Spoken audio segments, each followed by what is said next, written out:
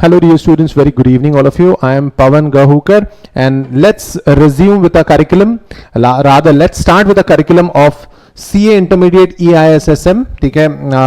Yes, I am a chartered accountant and a company secretary. I am a fellow chartered accountant, senior chartered accountant and a licensed company secretary. That means I cannot practice as a company secretary because I am already holding the COP for chartered accountancy. I am DISA qualified, diploma in information system audit. Rather, I was the Maharashtra topper for this course, and I am a lawyer as well, and I'm a master in commerce, and you know it, nothing is a big deal. I'm also pursuing my PhD. I've taught more than 20,000 students in a span of 10 years, and yeah, I'll make sure that you make, you know, जो भी subjects difficult होते हैं, ठीक है, I'll make sure that those become very easy. Okay, EISSM. अब आधे लोगों को तो फुल फॉर्म लर्न करने में 2 महीने लग जाते हैं, जितने समय में हम अपना कोर्स कंप्लीट कर लेंगे. Enterprise information systems and strategic management.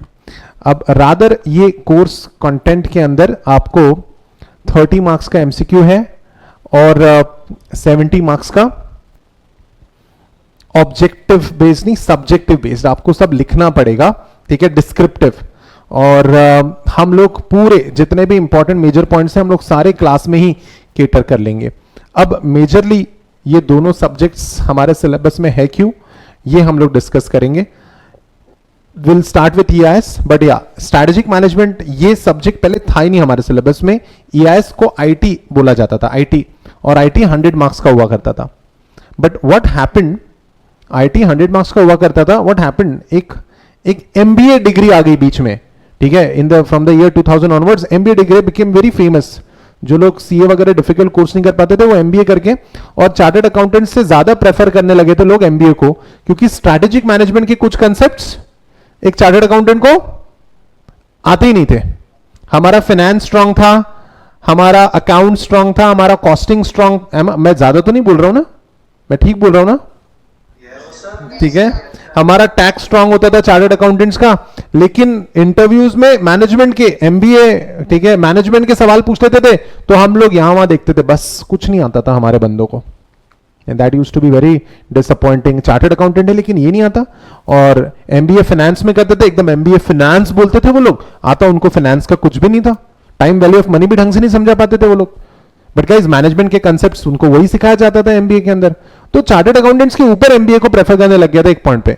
तो एटलीस्ट 50 मार्क्स का सिलेबस इंस्टीट्यूट ने डाल दिया कि यार ये कंसेप्ट्स तो बताओ हमारे बंदों को कम से कम, right? So that has been introduced and now the same kind of syllabus which used to be for 100 marks, now it's for 50 marks. And the same syllabus, okay, which MBA वाले पूरा पढ़ लेते उसको कॉम्पैक्ट करके हमारे syllabus में डाल दिया. तो I think you should look forward towards it. Strategic management का और ईआईएस के कुछ कंसेप्ट्स का बेस छुपा हुआ है हमारे सीए फाउंडेशन के बीसीके के अंदर. ओके, अब काफी स्टूडेंट्स बोले होंगे सर हमने बीसीके को लाइटली लिया था, हमने ज्यादा पढ़ा नहीं था. मेरे स्टूडेंट्स अगर आप होंगे बीसीके के तो आई एम वेरी श्योर कि आपको सारे कंसेप्ट्स अभी भी याद होंगे. अगर आप मेरे स्टूडेंट नहीं होंगे तो हमने इसके लिए एक नया चैप्टर हमारे सिलेबस में इंट्रोड्यूस किया है ताकि आपको एक क्विक ओवरव्यू मिल जाए. Okay, so guys we are trying to cover all the basis in a class. हम लोग will leave no stone unturned. जहां पे मेरा ये काम है, आई विल मेक श्योर कि आपका जो ये EISSM सब्जेक्ट है ये एक ऐसा सब्जेक्ट बने जहां पे आपको सबसे ज्यादा आपकी स्ट्रेंथ बन जाए, आपको कॉन्फिडेंस रहे कि भाई ये तो मुझे आता है, मुझे बाकियों का टेंशन है, इसका टेंशन नहीं है. This is my responsibility, I will work very hard for this. ठीक है, so guys let's start with EIS. ठीक है, EIS क्यों पढ़ते हैं यार हम लोग?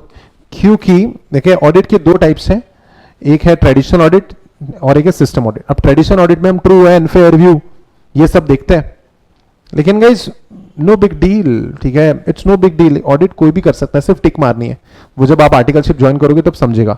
System audit, when everything is system based, when everything has gone system based, ठीक है, तो आपको सिस्टम ऑडिट एक नया कंसेप्ट आ गया. और सिस्टम ऑडिट करने के लिए चाहिए DISA, diploma in information system audit. System audit करने के लिए चाहिए डीसा, और ये डीसा डिग्री 4 स्टेप्स पे ली जाती है. ठीक है, और 75% तक पासिंग मांगते हैं वो लोग. So it becomes a difficult exam, और ऊपर से चार्टर्ड अकाउंटेंट बनने के बाद ही एग्जाम है, और भी नहीं पढ़ते उस वक्त लोग. अब जब हमारी डीसा क्लासेस होती थी तो that class was of 50 chartered accountants. कितने सीएस थे उस क्लास में? 50. कितने लोग अटेंड करते होंगे, गेस करो? दो दो दो दो टीचर और मैं, टीचर और मैं, कोई टीचर और मैं, बस दैट्स इट। ठीक है, जो भी नए फैकल्टी आता था पहले 1 घंटा अटेंड करते थे, फिर लंच का ब्रेक होता था सब गायब, क्योंकि समझता नहीं था उनको वो सर बोल क्या रहे। मुझे इसलिए समझता था क्योंकि मैं ये सब्जेक्ट पढ़ाता हूं। एंटरप्राइज इंफॉर्मेशन सिस्टम, जो पहले सीए फाइनल में होता था, जिसका नाम था इसका नाम इसका was the name of the subject, information systems control and audit. आप अगर इंस्टाग्राम पे चेक करोगे तो काफी सारे लोग इसका की क्लास की अभी भी याद आती है ऐसा लिखते होंगे, तो तुमको समझता नहीं होगा इसका की क्लास है ने इसी का डैडी, इस सब्जेक्ट के पिताजी subject, information systems control and audit. ठीक है, हम इस सब्जेक्ट में थोड़ा ऑडिट पढ़ेंगे नॉमिनल, बट हाँ ठीक है, ये दूसरे टाइप का ऑडिट रहेगा। ठीक है गाइस, दैट्स दैट। 5 चैप्टर्स है ईआईएस के अंदर, और 5 चैप्टर है। फ्लोचार्ट को एक अलग चैप्टर मत समझिए आप, और इन चैप्टर्स में हिडन है 2 acts, IT act and prevention of money laundering act. ठीक है, आपको एक एक सेक्शन याद रहेगा, डरने की बात नहीं है। और ये जो भी हम पढ़ेंगे इसका हम लोग अप्लाइड नॉलेज यूज करेंगे, अप्लाइड नॉलेज। ठीक है, ईआईएस में आपको मैं बता देता हूं, स्ट्रेट फॉरवर्ड क्वेश्चंस रहेंगे ईआईएस में, डायरेक्ट क्वेश्चंस रहेंगे। You just have to understand the question and you just have to understand and write the right answer. हम लोगों को जो भी ये सब्जेक्ट में हम लोग पढ़ेंगे from the perspective of business advantages of IT. किसी भी चीज को हम करते हैं, परस्यू करते हैं, तो हम लोग उसके एडवांटेज की तरफ जरूर देखते हैं। चार्टर्ड अकाउंटेंसी क्यों कर रहे हो, चुपचाप बीकॉम करते हैं, देखा पूरे लालची लोग भरे यहां पे। एडवांटेजेस ढूंढ रहे सबके सब, क्या ढूंढ रहे, एडवांटेज। ठीक है, the business advantages of information technology, IT ही पढ़ना है लेकिन पर्सपेक्टिव इज डिफरेंट। ओके, सारी चीजें यानी हम लोग इसमें कोई सीडी क्या होती है, माउस क्या होता है, ये सब नहीं पढ़ने वाले। No guys, the perspective is different. Business advantage ढूंढ रहे हैं हम लोग, यार बिजनेस को कैसे फायदा होगा। जैसे आप लोग, आपकी सीए में आके सैलरी एक्सपेक्टेशंस कितने रुपए की है। Like one of my student Nitish, he has got placed as an investment banker in JP Morgan and he is just 22 years old and the salary is 15.5. आपके ग्रुप में भेज दूंगा मैं।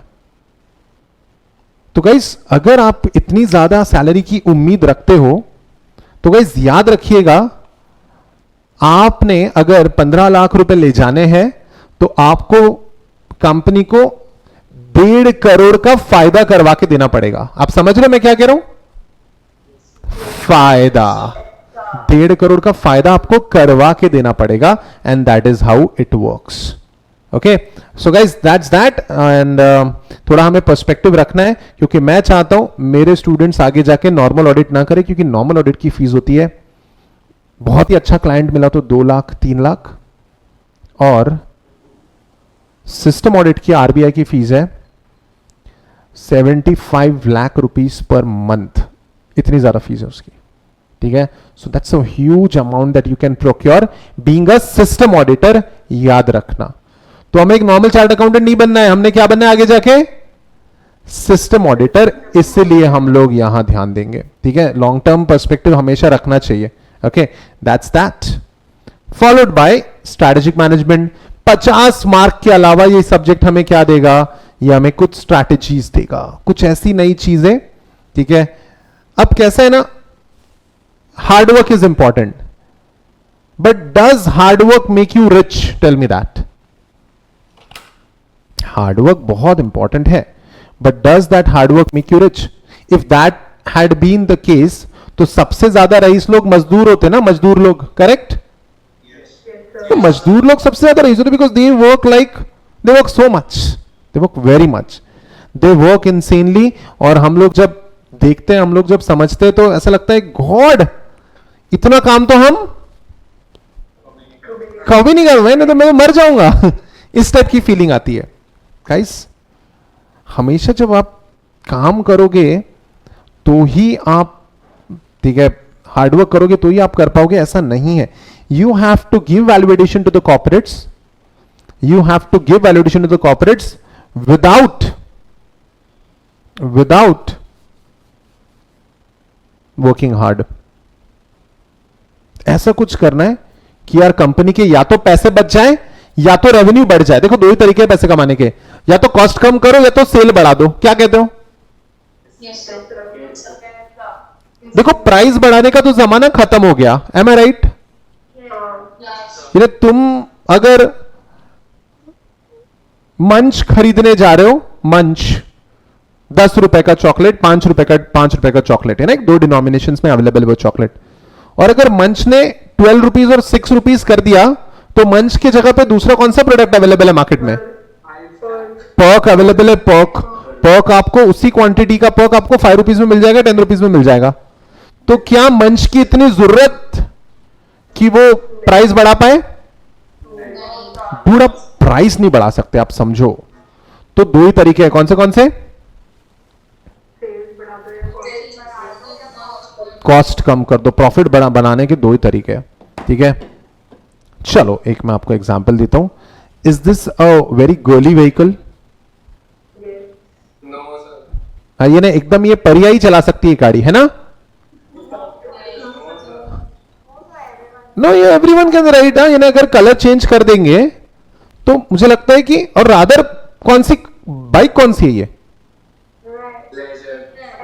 Pleasure. Okay. Any boys in a class who have got pleasure? Pleasure है आपके पास?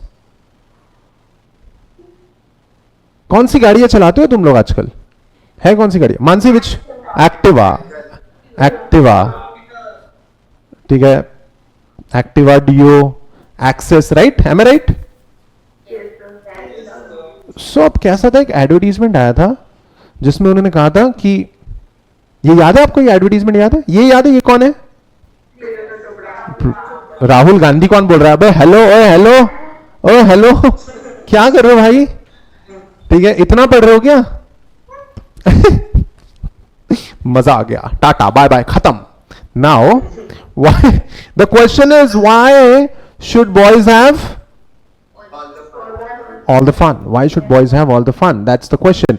अब जब why should boys have all the fun, ये अगर आप एडवर्टीजमेंट देखोगे तो इसमें उन्होंने थोड़ा ऐसा करवा दिया है कि why should boys have all the fun में उन्होंने ऐसा करवा दिया कि ये गर्ल, ये जो बाइक है ये फेमिनाइन है, एम आई राइट? या ये बाइक बनी है किसके लिए? गर्ल्स के लिए, ठीक है, गर्ल्स। अब जब why should boys have all the fun ऐसा बोला जाए तो कोई है ऐसा लड़का, कोई है किसी में जरूरत कि जेंडर तुम्हारा अपोजिट और तुम ये वाला बाइक खरीदो? है क्या चांस? व्हाट से? नहीं सर, इन्हें किसी लड़की को अगर पसंद भी होगी ना तो he will try not to, am I right? क्योंकि इस व्हीकल पे स्टैंप लग गया है कि ये लड़कियों की बाइक है, क्योंकि एडवर्टीजमेंट ऐसा। अच्छा, प्रियंका चोपड़ा ही ऐसा एडवर्टीजमेंट करती थी, ऐसा नहीं है? Who is the latest brand ambassador for pleasure? Arya Bhatt. बात ही खत्म होगी, आर्या भट्ट बोल दिया तो। For her everything is girly, what से? ठीक है, अब मुझे बताओ जेंडर रेशियो क्या है इंडिया का? अच्छा है या बुरा है? बॉयज बताओ, अच्छा है या बुरा है? ये बताओ पहले तो। बॉयज देखो बेचारे से तड़प रहे, बेचारा हम 5% में आ गए तो कैसा होगा? ठीक है गाइस, जेंडर रेशियो में मैं तो कहता हूं इन्होंने 55% लोगों को गंवा दिया है। क्या कहते हो?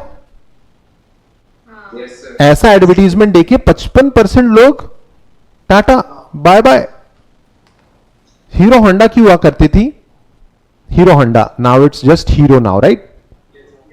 ठीक है, जॉइंट वेंचर हुआ करता था, लेकिन पर्पस सॉल्व हो गया दोनों का तो अलग हो गया। So my question is, was it a wrong move?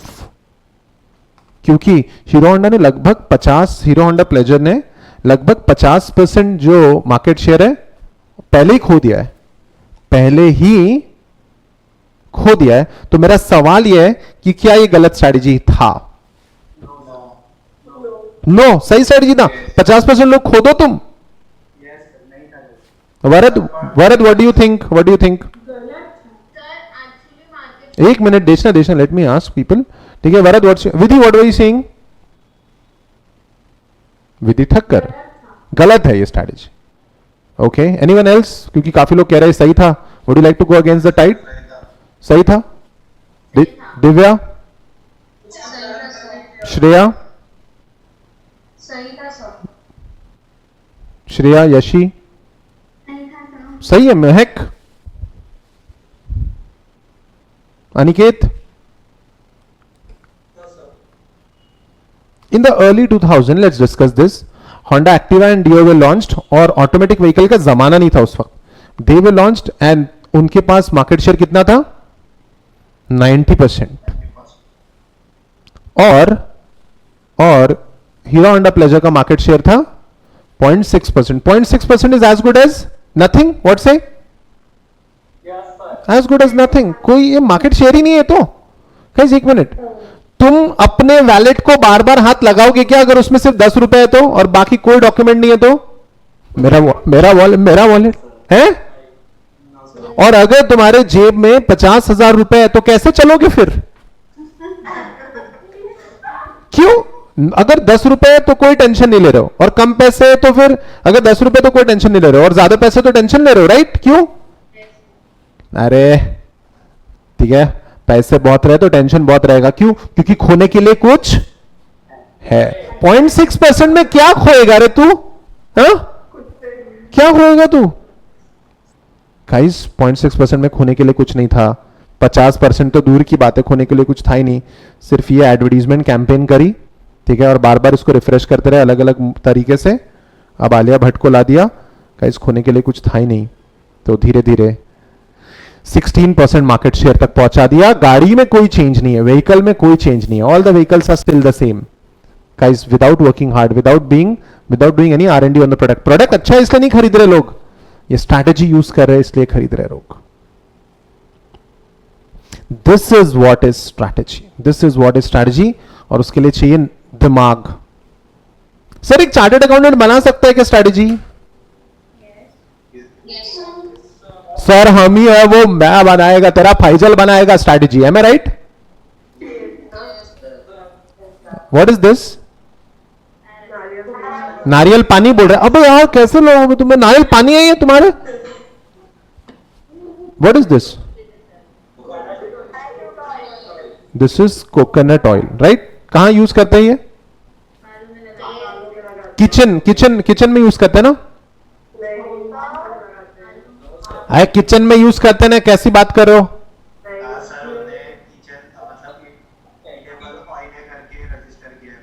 Guys इसमें हेयर ऑयल कहीं भी लिख देते ना 18% GST लग जाता। एडिबल ऑयल लिखा है तो 5% GST की कैटेगरी में आता है, ठीक है गाइस? अगर मैं आपको दिखाना चाहूं, ठीक है, so guys just check this out, can you see this? क्या पढ़ सकते हो? a premium quality 100%, क्या लिखा है? Pure edible oil, pure edible oil. Guys 13% पैसे बचा लिए ना, क्या कहते हो? बट GST लगेगा, ये लगेगा, ये तो एक इंजीनियर के दिमाग में आएगा तक नहीं। M I right? Chartered accountant strategy, क्या कहते हो? तुम में है क्या दम? किसी बिजनेस को हाई लेवल पे ले जाने का दम है तुम में? तुम बनाओगे स्ट्रैटेजी किसी के लिए? है क्या ताकत? चलो तुम्हारी ताकत दिखाओ मेरे चार्टर्ड अकाउंटेंट्स, मेरे budding articles. Hierarchy of management कौन सी लेवल से बताओ? Raise your hands, raise your hands, raise your hands, give me the answer, raise your hands. Mansi, Kishan, Rupal, यार इतने सारे अच्छे स्टूडेंट्स हैं यार। Where is the answer? Hanisha, what is the hierarchy of management? Very good Harsh Mantri, ये भी ना बात। You can raise your hands, is an option. Raise your hands, raise your hands, raise your hands. Top level, middle level, bottom level, ऐसा BCom छाप answer मत दो मुझे। तुम लोग बीकॉम स्टूडेंट हो? Pure BCom?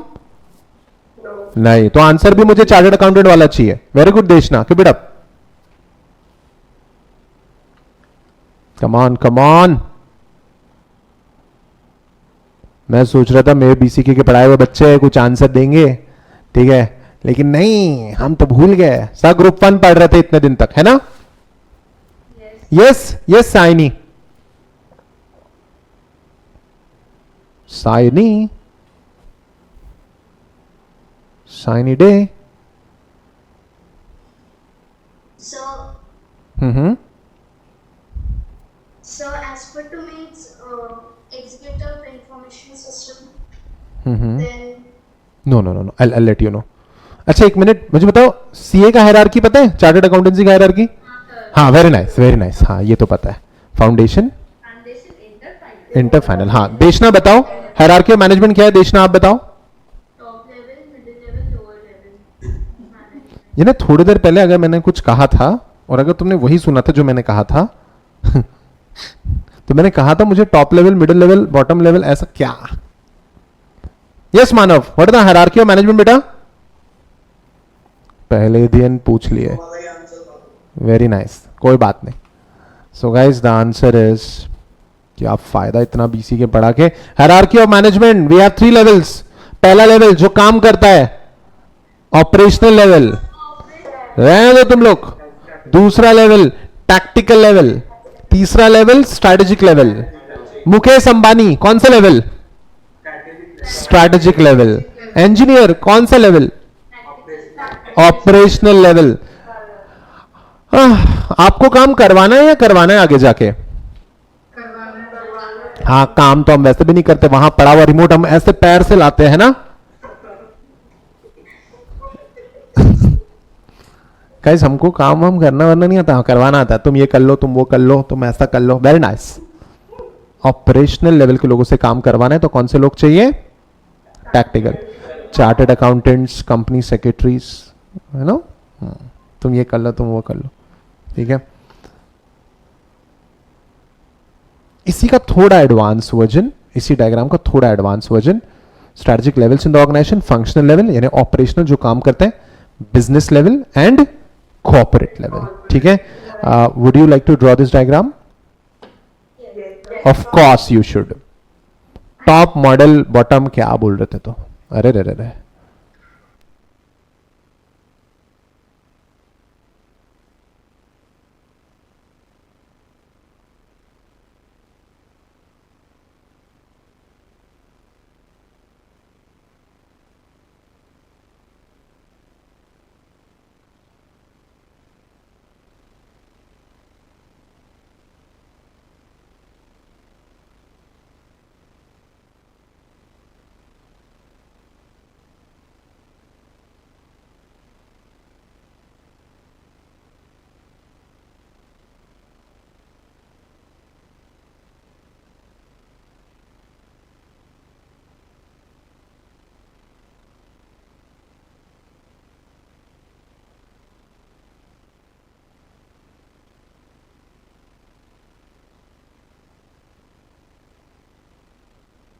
सॉरी, चैप्टर का नाम हम रुक जाओ यार तुम लोग. नोट्स भेजे तुमको मैंने?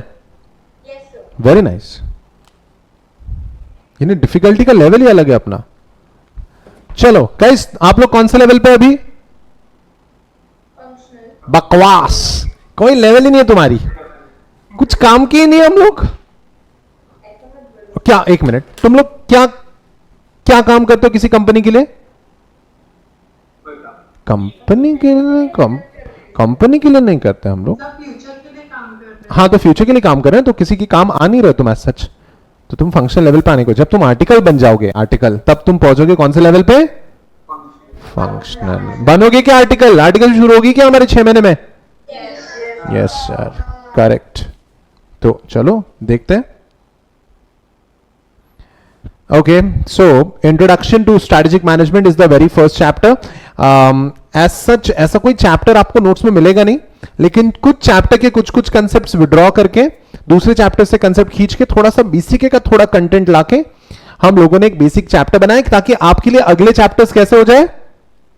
इजी हो जाए. ठीक है. तो चलो, introduction to strategic management. By searching out the opportunities which match its strength, the firm can optimize the synergistic effects. Chasing this combination is what strategic management is all about. Oh my god, ये opportunity strength वगैरह ये कहाँ पढ़ा है आपने? There you are. ये हुई ना बात. सर यही ढूंढ रहे थे क्या आप हम में? जी हाँ, यही ढूंढ रहा था मैं.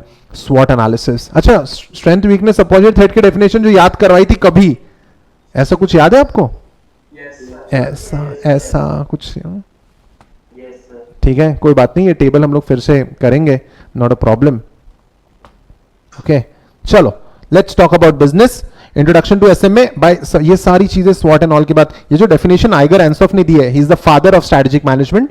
हम लोग आइगर एंसॉफ के बारे में भी पढ़ेंगे, और हम लोग ये जो डेफिनेशन है आपको डे 1 पे, या जो कोड दिया है आइगर एंसॉफ ने, सर आइगर एंसॉफ ने, आज समझने का बारी नहीं है, बहुत सारे कंसेप्ट पता होने के बाद हम लोग ये डेफिनेशन समझ पाएंगे। तो चलो ठीक है, थोड़ा ठीक है, basics of strategic management, I am so sorry, not introduction, basics of strategic management के बारे में समझते हैं। The term business, business refers to the state of being busy for an individual, group, organisation और society. Business can be any activity, business में कुछ भी हो सकता है, आप जो भी बिजी रखते हैं आपको, दैट्स बिजनेस। और the term business refers to the state of being busy for an individual, group, organization and society. Business can be any activity consisting of purchase, sale, manufacturing and marketing of products and services. Okay, so guys, business can be, अब important चीज, in theory business is an organized activity to achieve certain predetermined goals or objectives. Aha, raise your hands, don't leak the answer. Shit. What are the objectives of a business? Anyone, raise your hands. Raise your hands, don't leak the answer. What are the objectives of business? ओए ready करके लाए हो तुमको, raise your hands. Raise your hands, Yash. There's a button in your software, right? To raise your hand. Very good, Harsh. Very good, Vidhi.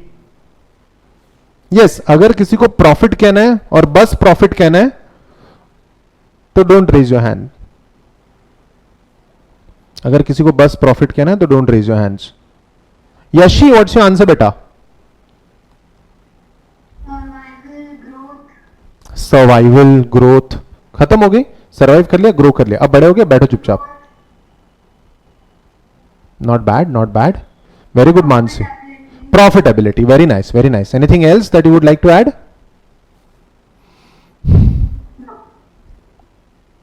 Aniket,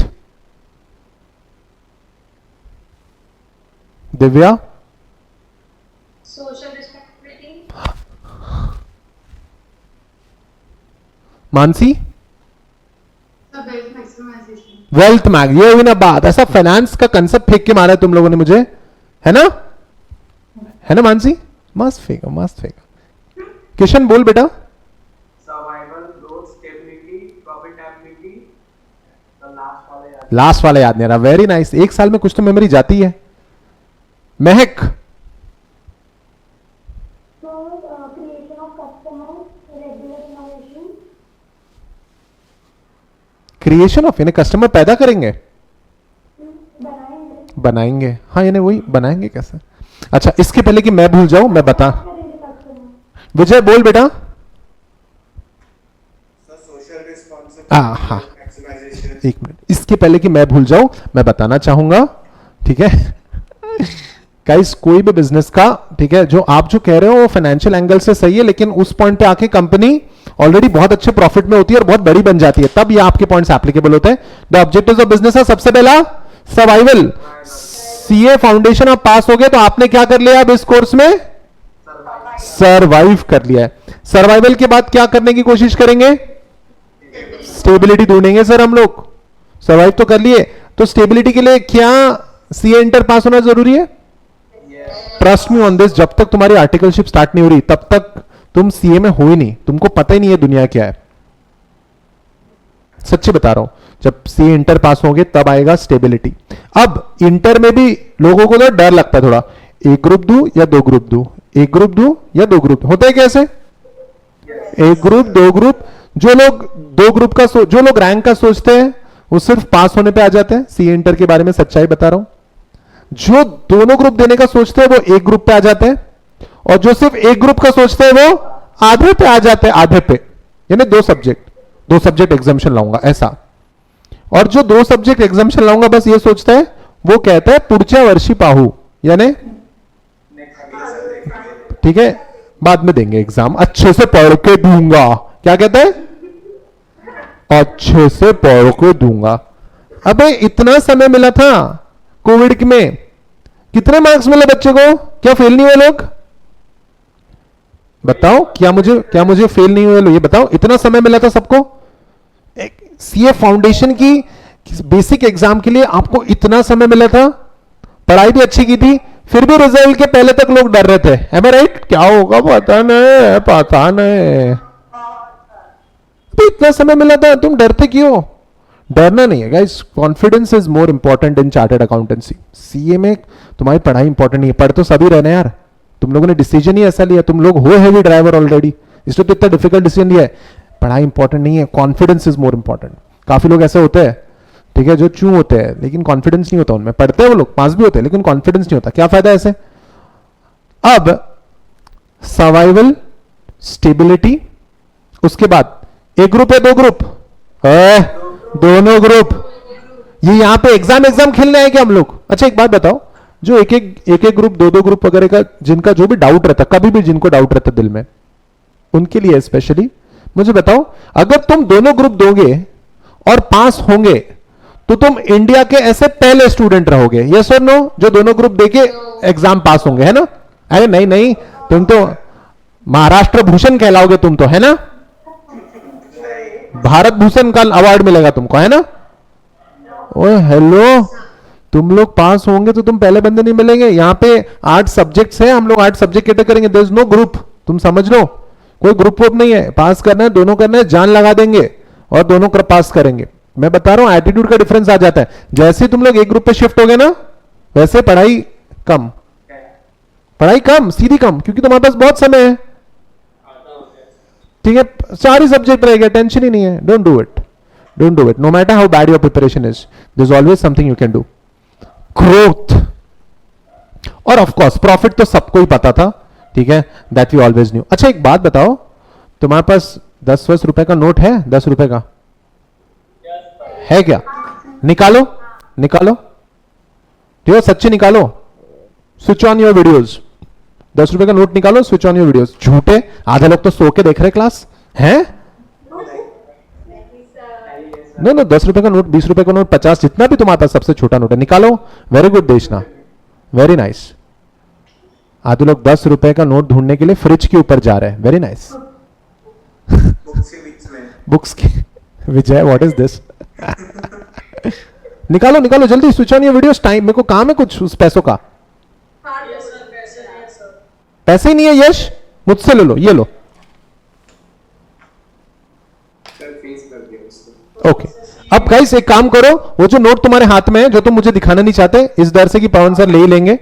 very nice Yeshi, very nice. ये लोग, ये लड़के लोग एकदम ही सर, इतने हम लोग खतरनाक किस्म के हैंडसम है ना, आप देख नहीं पाओगे हमको, समझ गया मैं बॉयज, ठीक है। अब यशी और देशना, फाड़ दो उस नोट को, फाड़ दो उस नोट को, फाड़ दो, ठीक है। गाइस कोई भी बंदा उस नोट को आसानी से फाड़ नहीं पाएगा, क्योंकि तुम चाहे रईस हो या गरीब हो, सर्वाइवल स्टेज पे या स्टेबिलिटी, ग्रोथ स्टेज पे या प्रॉफिटेबिलिटी, हर लेवल पे आपको ऑप्टिमम यूटिलाइजेशन ऑफ रिसोर्स करना जरूरी है, efficiency. So these are the basic objectives of every business. और भी ऑब्जेक्टिव्स है लेकिन ये भी है, सर्वाइवल, स्टेबिलिटी, ग्रोथ, प्रॉफिटेबिलिटी और efficiency. So guys write this answer down, इसका हमें यूज करना है बार बार।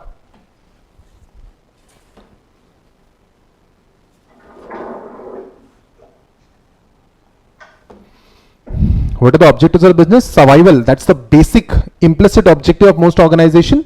While survival is an obvious objective, it gains more value of prominence during the initial stage of establishment of enterprise and during general economic adversity. So guys, जब हम बात करते हैं objectives की बिजनेस के, तो बेसिक ऑब्जेक्टिव है survival. जैसे हमारे लिए जिंदा रहना बेसिक ऑब्जेक्टिव है, am I right?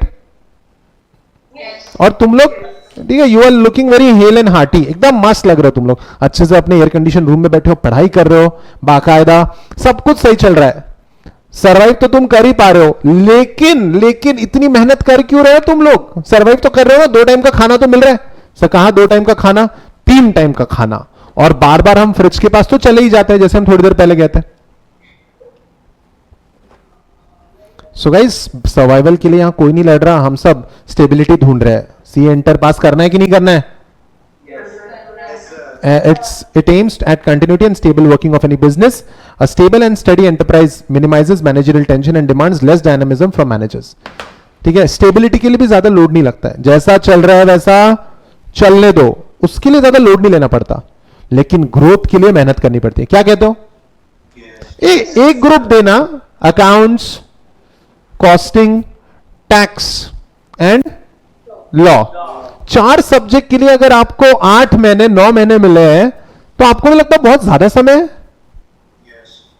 Too much of a time. एक ग्रुप दे रहे हो तो स्टेबिलिटी के लिए 0, जिसके लिए कोई डायनामिज्म की जरूरत नहीं है. टेंशन तो तब आएगा जब ग्रुप 1 भी देना है और ग्रुप 2 भी देना है, क्योंकि वो कैसी स्ट्रैटेजी है, वो कैसा ऑब्जेक्टिव है, वो ग्रोथ ऑब्जेक्टिव है. ग्रोथ में तकलीफ तो होगी यार. अब सीए दे रहे हो, इतना पढ़ना पड़ रहा है, तकलीफ तो होगी. क्या कहते हो कि नहीं? सब पूछो मत, बहुत यहां वहां हर जगह बैठ बैठ के. Most promising and popular objective growth. Growth can be seen in terms of increase in profits and assets, turnover, manufacturing capacity, market share, number of employees, and so on. May take the enterprise along the relatively unknown and risky path, full of promises and pitfalls. अब एक minute. Full of promises and pitfalls. दोनों group देंगे तो एक डर है कि हम लोग दोनों फेल हो जाए. Am I right? और जो हमारे गरीब दोस्त स्टेबिलिटी और स्ट्रेटेजी वाले क्या कह रहे थे? मैं दे रहा हूं ना, ठीक है, तू भी एक ही दे. रहते ना हमारे दोस्त कुछ नेगेटिव किस्म के, मैं तो एक ही दे रहा हूं भाई, अपना तो पूरा कंटेनमेंट जोन है.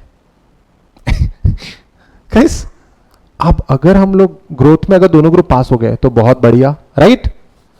Growth is full of promises, excitement ले आता है ये. और दूसरा क्या ऑप्शन है? अगर ग्रोथ करने गए, अगर ग्रोथ, जैसे अगर कोई क्रिकेटर जब आउट होता है तो 6 मारने जाता है तब आउट होता है, या अगर नॉर्मल अगर वो सिर्फ ऐसा कर रहा है तो आउट हो जाएगा? बोलो. 6 मारने जा रहे हैं ना, वो ग्रोथ के लिए जा रहे हैं, आउट तभी होगा वो. बोल्ड, क्लीन बोल्ड या कैच आउट तभी होगा वो जब 6 मारने जा रहा है, अदरवाइज आउट होने का कोई चांस रहता नहीं है सच. अगर अच्छा क्रिकेटर है तो ग्रोथ के लिए जा रहा है, कुछ एक्स्ट्रा ढूंढने जा रहा है, तभी गड़बड़ होती है. तो growth can be promising, growth can be a pitfall as well. तुम गिर भी सकते हो.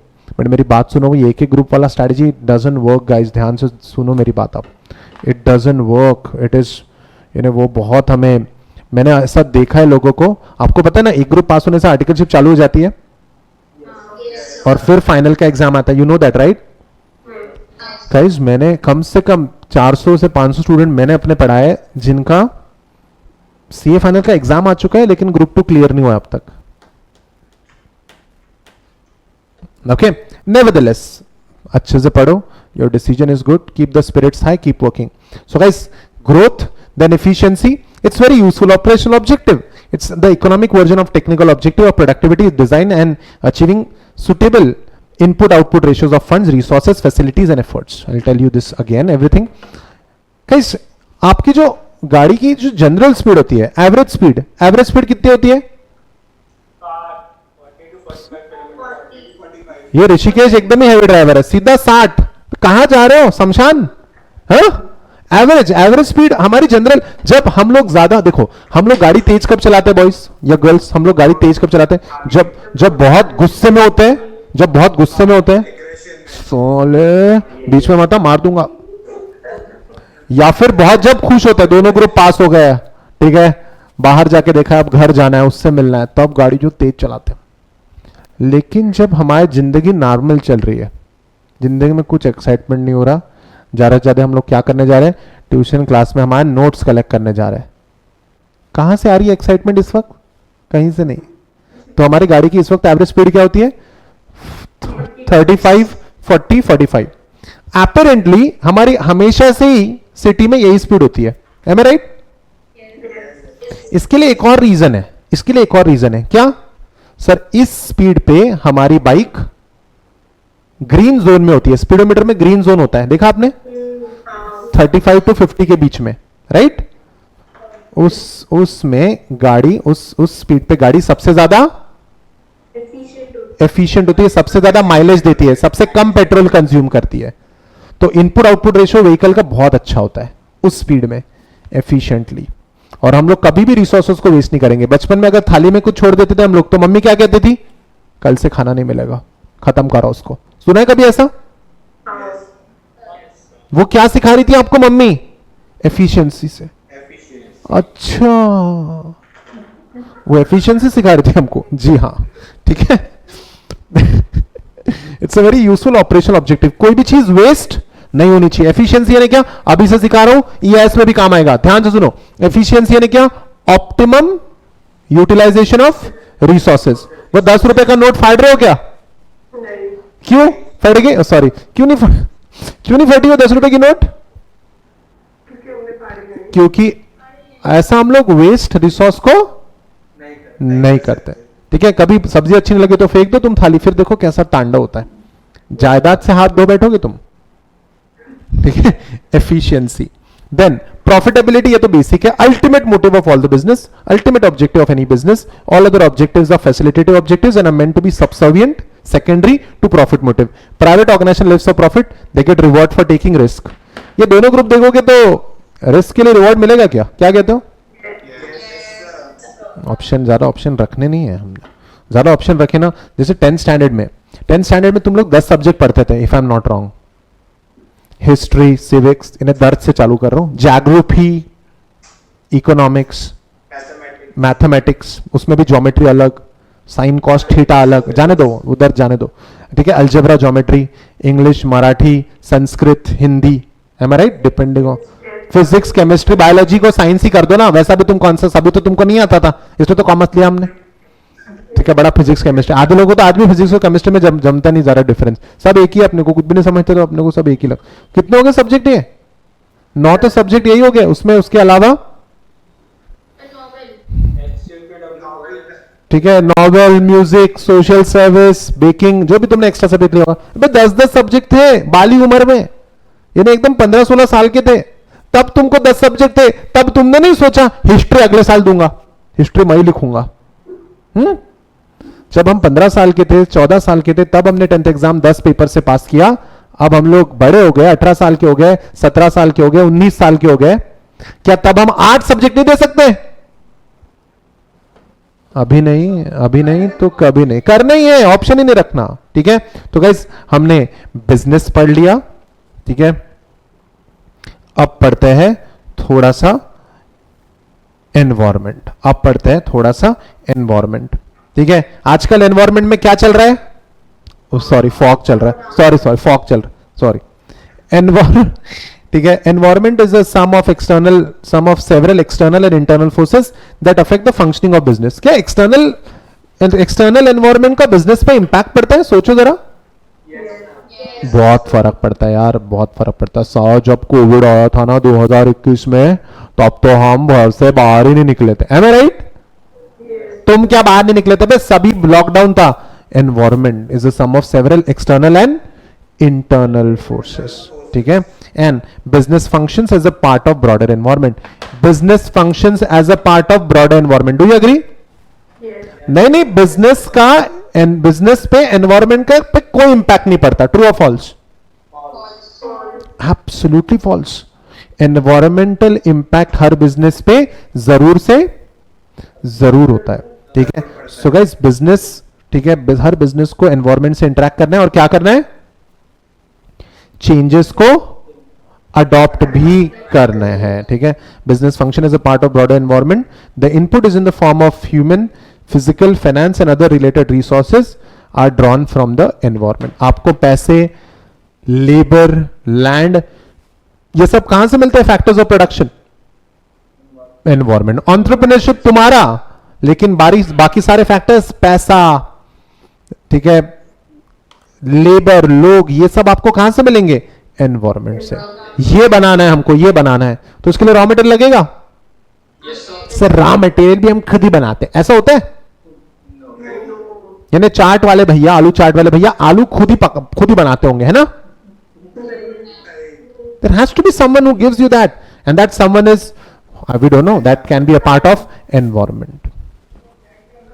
The business converts these resources through process into output of products and services. जो भी हमको एनवायरमेंट देगा हम उसको इनपुट बनाएंगे और एनवायरमेंट को ही वापस प्रोसेस करके फिनिश गुड्स देंगे। Am I right? और एनवायरमेंट ही हमसे वो प्रोडक्ट खरीदेगा and this is how we make money. The event to which business thrives, the extent to which business thrives depends on. Okay चलो देखते हैं। अच्छा एक बात बताओ, ये जो डेनिम जीन्स का कॉन्सेप्ट है, who is the pioneer of jeans? कौन, यानी जीन्स किसने इजाद किया? लिवाई। लिवाई ने जीन्स को डेवलप किया। ठीक है, किसके लिए बनाया था जीन्स पहले? माइंस में जो लोग काम करते थे उनके लिए बनाया था। ठीक है, so Levi's is the pioneer, number 1 company. आप समझ लो, सबसे सारा जीन्स इन्हीं के बिकते हैं महंगे होने के बावजूद। ठीक है, अब लिवाइस ने एक नया ट्रेंड लाया, नया जीन्स बनाया और इसका ये डिजाइन है, ये ऐसा एकदम यहां वहां से हर जगह से हवा लगेगी इस टाइप का। तो क्या ये देशना और विजय, आपका हाथ दुख जाएगा, और नीचे कर दो बेटा। ठीक है, तो क्या आप ये जीन्स बिकेगा इंडिया में? सोचो। है क्या प्रॉब्लम है इसमें? झाड़ू भी नहीं मारना पड़ेगा, सब अपने आप साफ होते हुए चला जाएगा। ओल्ड फैशन है सर, वो जमाना गया जहां जीन्स यहां तक पहनते थे लोग, जीन्स नहीं पैंट वगैरह जो भी पहनते थे।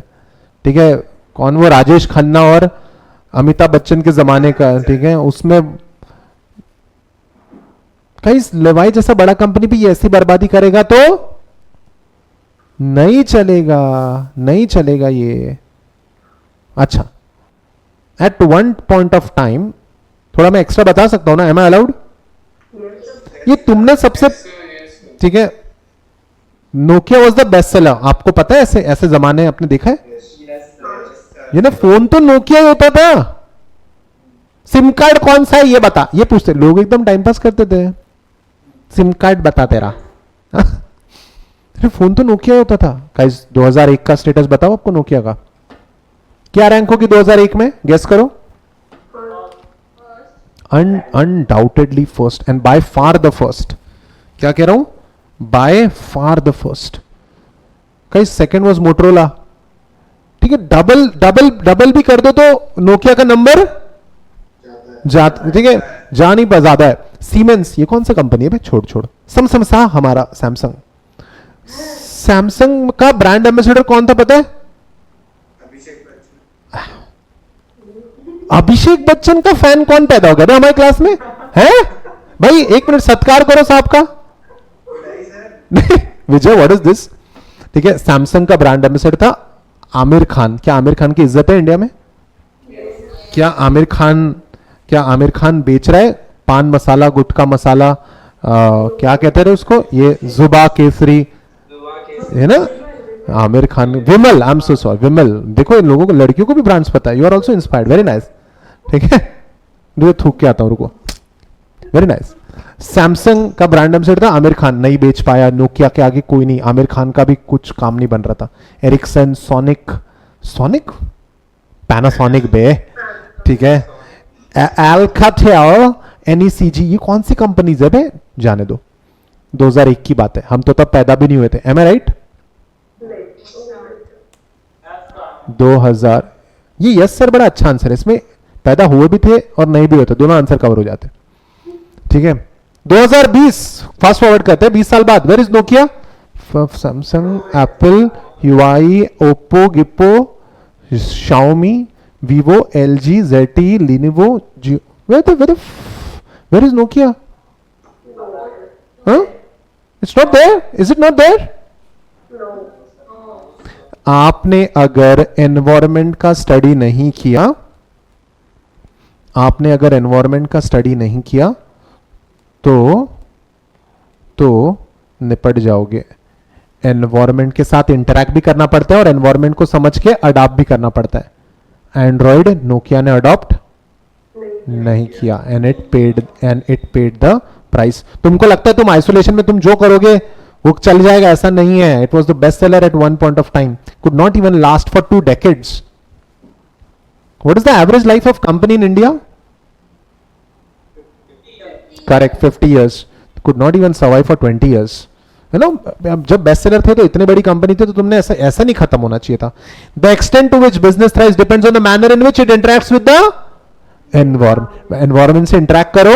और देखो ये डायग्राम, आपको इंटरेक्ट भी करना है और क्या करना है, अडॉप्ट भी करना है. ठीक है, make it fast, make this diagram.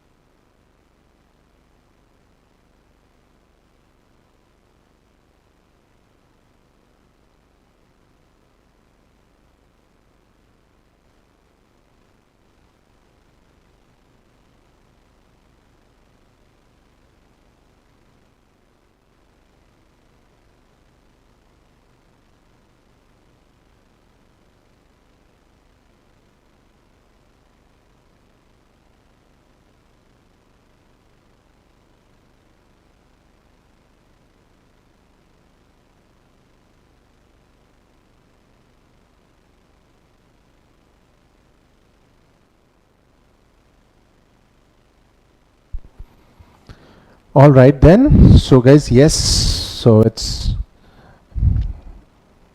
so Levi's जैसा बड़ा कंपनी, नोकिया जो हमने, Levi's का तो हमें ज़्यादा पता नहीं था, हमने इसको ज़्यादा फॉलो नहीं किया, बट नोकिया तो सबको पता था डूड. तो क्या करो फिर, एनवायरमेंट का एनालिसिस करो. ठीक है, चलो एनवायरमेंट समझ लिया. क्यों करना पड़ता है एनवायरमेंट का analysis, let's check it out. To understand the current and potential changes taking place in the environment, to provide inputs for strategic decision making and to facilitate and foster strategic thinking in the organization. देखो कि क्या क्या हो सकता है, देखो potential changes क्या हो सकता है. कोविड के चलते second wave, third wave, fourth wave ये आने का चांस है. तो क्या आपके बिजनेस को टेक्नोलॉजी बेस्ड जाना जरूरी है, क्या कहते हो? सर्टेनली. और आपके स्ट्रेटेजिक डिसीजन में ये एनालिसिस इनपुट देगा, आपके डिसीजन मेकिंग में एनालिसिस इनपुट देगा. गैस डिसीजन मेकिंग बहुत डिफिकल्ट है, क्या कहते हो? Decision making is very very difficult, बहुत मुश्किल है डिसीजन लेना, आसान नहीं होता. आप देख लेना, it's not easy to take decision. So guys आपको थोड़ा एनालिसिस रहा तो आप डिसीजन आसानी से लेते हो. And to facilitate and foster strategic thinking in the organisation. And next level का सोचो यार, फैसिलिटेट करो, फॉस्टर करो, स्ट्रेटेजिक थिंकिंग बूस्ट दो. गाइस नॉर्मल सोचना है, अच्छा सोचना है, क्या कहते हो? ठीक है, याद है ना, याद है ना, कुछ नया दो किसी को. When you'll add value, only then you will be valued, correct? और हमको वैल्यू ज्यादा इज्जत नीचे, हमको पैसे दे दो बस. Am I right? जो भी है स्ट्रेटेजिक थिंकिंग में हेल्प करता है. So guys environment analysis most important. ठीक है, सो गाइस और थोड़ा समझना पड़ता है. जैसे क्या है ये, नारियल पानी है भाई, ये तो है. ठीक है, अब oh my goodness, soft drinks, rich people, SoBo people हैं, south Delhi people, soft drinks. एक न्यूज आ गई थी, Pepsi and Coke are used as pesticides in India because they are cheaper and more effective. Very nice. ठीक है, और सही सही ऐसा न्यूज आया था. जैसे ही ये न्यूज आया, हमारे हमारे हमारे आंख मुझे याद नहीं आ रही है, हमारे पतंजलि बाबा, हमारे पतंजलि बाबा, हमारे पतंजलि बाबा ने इसको, पतंजलि बाबा ने इसको समझ लिया कि एक वेंट है, और एनवायरमेंट एनालिसिस किया, समझा और लॉन्च कर दिए फ्रूट जूस है, पतंजलि फ्रूट जूस. ठीक है, एनवायरमेंट एनालिसिस करके आया उनको, एक आंख से देख पाते हो वो, समझो तुम, सॉरी डेढ़, एनवायरमेंट एनालिसिस. ठीक है, ये कट कर देना, ये वाला जो बोला कट कर देना. ठीक है, एनवायरमेंट एनालिसिस, स्ट्रेटेजिक थिंकिंग. चलो आगे बढ़ते हैं. Characteristics of environment. Environment is complex यार, क्या कहते हो? आप पहले कहते हैं स्टडी करो, फिर कहता है कैसा है ये, कॉम्प्लेक्स है. Very nice. अच्छा एक बात बताओ, forget the business, forget the environment, तुम बताओ क्या तुम्हारी लाइफ कॉम्प्लेक्स है? क्या यस तो ऐसा बोल रहे हो जैसे बाप रे प्रेशर ही है, खाना कैसे बनेगा रात का. अच्छा, okay, tell me what all, क्या कॉम्प्लेक्सिटी तुम्हारी लाइफ में पढ़ाई के अलावा? यही तो जड़ है, ये जो तुम बोले ना अभी, स्टडीज, यही जड़ है। क्या प्रेशर क्या है तुम पे, जल्दी बताओ, प्रेशर क्या है तुम पे?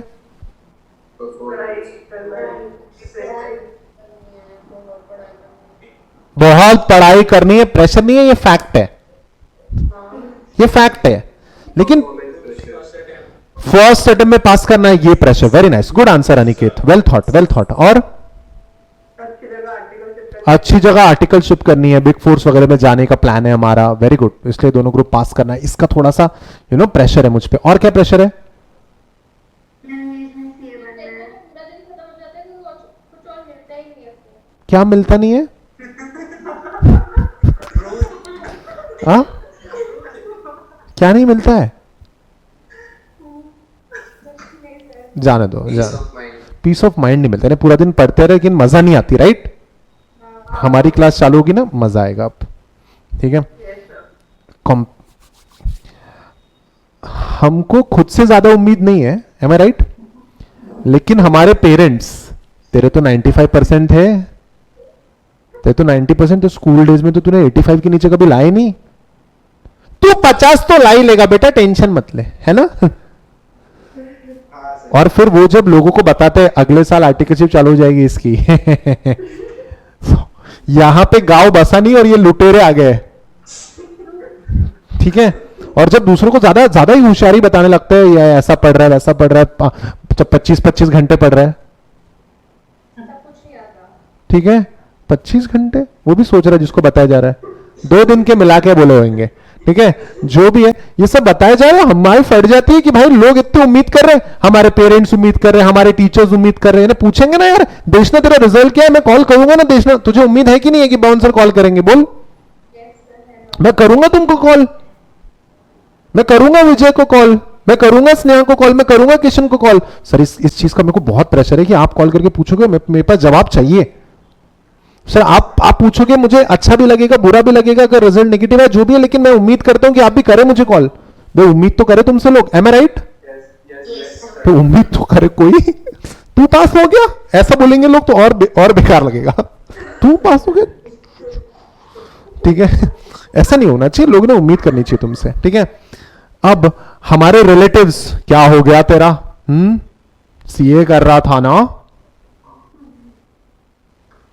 बाजू वाली आंटी, मैं तो पहले ही बोली थी बीकॉम कराओ प्लेन, जैसे हमारा बेटा कर रहा है, थोड़ा चू है वो लेकिन पास तो हो रहा है, ठीक है? गाइस सो मेनी कॉम्प्लेक्सिटीज हमारे लाइफ में यार। एक तो 18-19 साल की उम्र में इतनी कॉम्प्लेक्सिटी नहीं चाहिए लाइफ में, राइट? बिजनेस में कितना कॉम्प्लेक्सिटी रहता होगा, बिजनेस को तो क्या क्या झेलना है, लॉकडाउन, ठीक है? लीगल फैक्टर, लॉकडाउन नहीं लगा तो पुलिस क्या करती है ना, पॉलिटिकल एनवायरनमेंट, ठीक है? रैलियां चला रहे हैं, जब समझ रहे हो तो इकोनॉमिक एनवायरनमेंट, सोशल फैक्टर्स, ऐसा कर लिया इसने, ठीक है? ये लोग देखो, ये क्या है, ये क्या है? Pure vegetarian, pure social factor है जिसके कारण वो सिंबल आया इंडिया में, सोशल फैक्टर है, ठीक है? Technological factors, technology next level पे चलेगी, 4G सबने इंप्लीमेंट कर दिया, छोटी छोटी कंपनीज नहीं कर पाई, उड़ गई मार्केट से, एम आई राइट? अब 5G आएगा, 5G को जो इंप्लीमेंट नहीं कर पाएगा पीछे चला जाएगा। कॉम्प्लेक्सिटी, इतने सारे फैक्टर्स है, और भी फैक्टर्स है, पढ़ेंगे, ठीक है? So guys complexity, environment is complex, number of factors, events, condition and influences arising from different sources interact with each other to create entirely new set of influences। और इतने सारे जो मैंने आपको बताया, इतनी सारी फैक्टर्स है ना, सब कुछ, ठीक है, खराब कर देता है। तो पहला कैरेक्टरिस्टिक, एनवायरनमेंट इज कॉम्प्लेक्स। दूसरा, टेलीकॉम इंडस्ट्री रूलर्स टिल 2016, 2016 में तुम लोग होश में थे? सर होश में थे का क्या मतलब है तुम्हारा? What do you mean by होश में होना? होश में होना यानी क्या तुम मैच्योर थे कि तुमको समझता था कि स्कूल में सिर्फ जाके टिफिन नहीं खाना पड़ता है? क्या ये पता चल गया था तुमको? कौन सी क्लास में पता चला था बाय द वे? देखो ये देखो, 10वीं में पता चला था लोगों को कि स्कूल जाके इसका मतलब ये लोग 10-10 साल कोमा में रहे खाना खाने के, टेलीकॉम इंडस्ट्री रूलर्स टिल 2016. कौन थे रे ये लोग? आइडिया, एडिया, आइडिया नहीं रे, एयरटेल, आइडिया, वोडाफोन. और फिर आया हमारे भाई ने ऐसा ऐसा किया, 2.5 लाख करोड़ खर्च किए और लॉन्च कर दिया जियो. और सबकी लग गई. ये ना, ये दो कंपनीज अलग अलग होते थे एक जमाने में, अब वीआई बन चुके हैं. क्या बदल गया बे जमाना,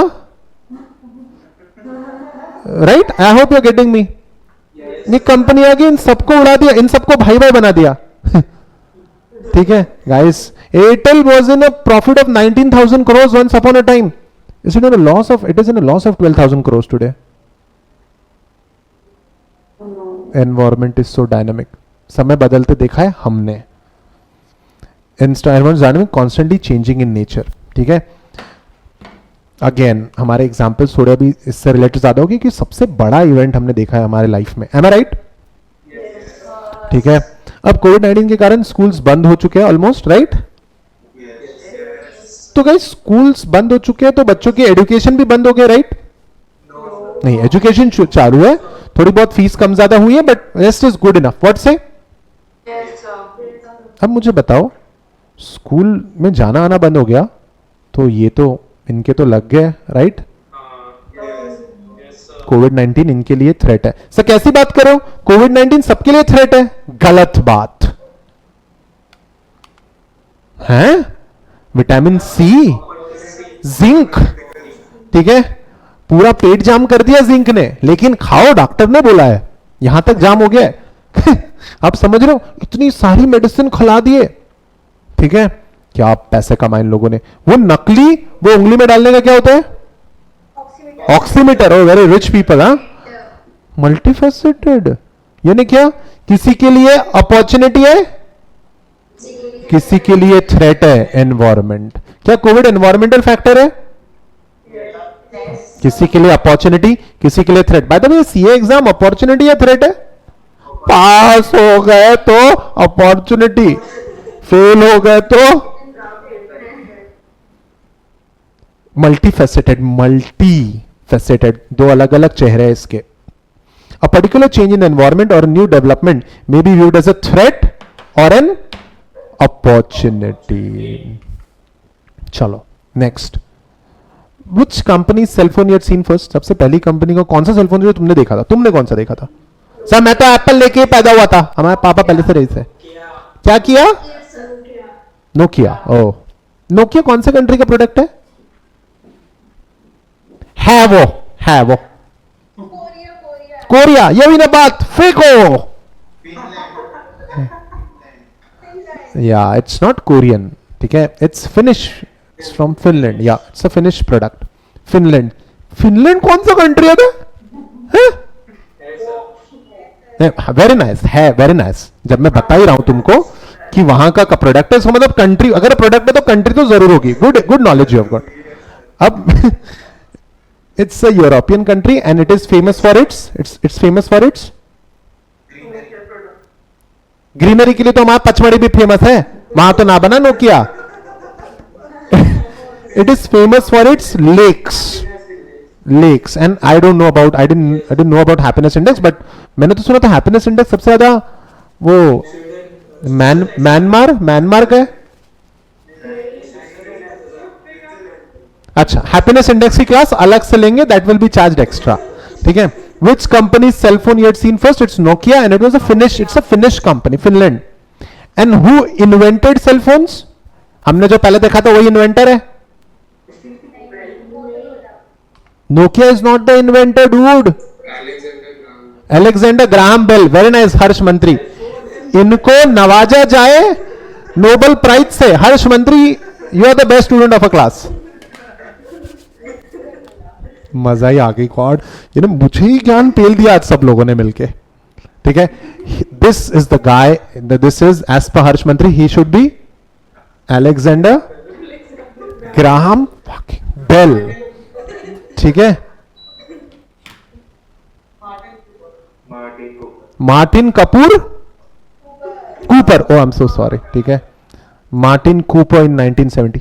तो 1970 में इनके पास सेलफोन थे जब हमारे 1990 में लोगों का नंबर देते थे आजू बाजू वाले का, आंटी आपका फोन आया है, याद है वो दिन? हमारे 1990 में सबके घर पे फोन नहीं थे, इन्होंने 1970 में सेलुलर फोन इन्वेंट कर दिया था। Martin Kapoor, sorry Cooper, and Martin Cooper कौन से कंपनी के डायरेक्टर थे? मोटोरोला। अच्छा, वेरी नाइस। अरे फोन देखो कितने बड़े होते थे पहले, इन्हें 30 फोन्स, ठीक है। अब मोटोरोला ने इन्वेंट तो कर दिया, और एक पेजर का प्रोडक्ट होता, पेजर, जिसमें सिर्फ मैसेजेस आते थे, 35 कैरेक्टर्स वगैरह लिख सकते थे आप, 2 रुपीज का एक मैसेज होता था। बड़े बड़े लोग, डॉक्टर्स, इंजीनियर्स, काम वाली बाइज, चार्टर्ड अकाउंटेंट, ऐसे लोगों के पास ये डिवाइसेस होते थे। अब ये इंट्रोड्यूस 1970 से पहले हो गए थे, यूएस में लोग यूज करते थे 1975 से ये प्रोडक्ट। इंडिया में तो 1990s में आया था ये प्रोडक्ट, ठीक है, मैं बड़े पापा के पास था ये। हाँ, मोटोरोला ने 500 करोड़ रुपए इन्वेस्ट कर दिए इंडिया में। 1991 में क्या हुआ इंडिया में? LPG, liberalisation, privatisation, globalisation. India एकदम ही गरीब कंट्री था तभी। हाँ, have you heard about Gary Kirsten? Yes. Gary Kirsten was the coach of Indian cricket team when we won the World Cup of 2011. Yes, sir. Gary Kirsten came to India in 1996 to play the World Cup in India. He was the player then. तो कहता था this country is full of cows on roads. That guy. That was our level in 1996. उसने असली गांव देखा नहीं था, ये मुंबई की स्टोरी बता रहा था वो, ठीक है। Later we gave him employment. That's the other thing. Motorola ने 500 करोड़ इन्वेस्ट कर दिए 1991 में पेजर की कंपनी फैक्ट्री में। पेजर की फैक्ट्री डाली भाई साहब ने, 500 करोड़ रुपए खर्च कर दिए, और धीरे से नोकिया ने अपने सेलफोन्स लॉन्च कर दिए। पेजर था 3000 रुपए का, सेलफोन था 3500 रुपए का। इसको क्या कहते हैं? 500 करोड़ रुपए की आज की वैल्यू है लगभग 4000 करोड़। इसको क्या कहते हैं? लग गए। अच्छा, ये तो बड़ी गलती नहीं थी, एक और बड़ी गलती थी। अभिषेक बच्चन को भाई साहब ने ब्रांड एम्बेसडर बनाया। माना, मैं हमारे क्लास में अभिषेक बच्चन का कोई फैन है, कोई स्टूडेंट? मोटरोला में 2 मिस्टेक, 500 करोड़ रुपए इन्वेस्ट किए भाई साहब ने, ठीक है। और जोक सपाट, और 500 करोड़ रुपए बहुत बड़ा पैसा होता है, और जिसके कारण रिसर्च और डेवलपमेंट नहीं कर पाए, और आप बहुत अच्छे प्रोडक्ट्स नहीं बना पाए, ठीक है। और फिर नोकिया रह गया पीछे सबसे। देखो ना, ठीक है, इनिशियली इट वाज, मोटरोला की रैंक क्या थी इनिशियली, याद करो?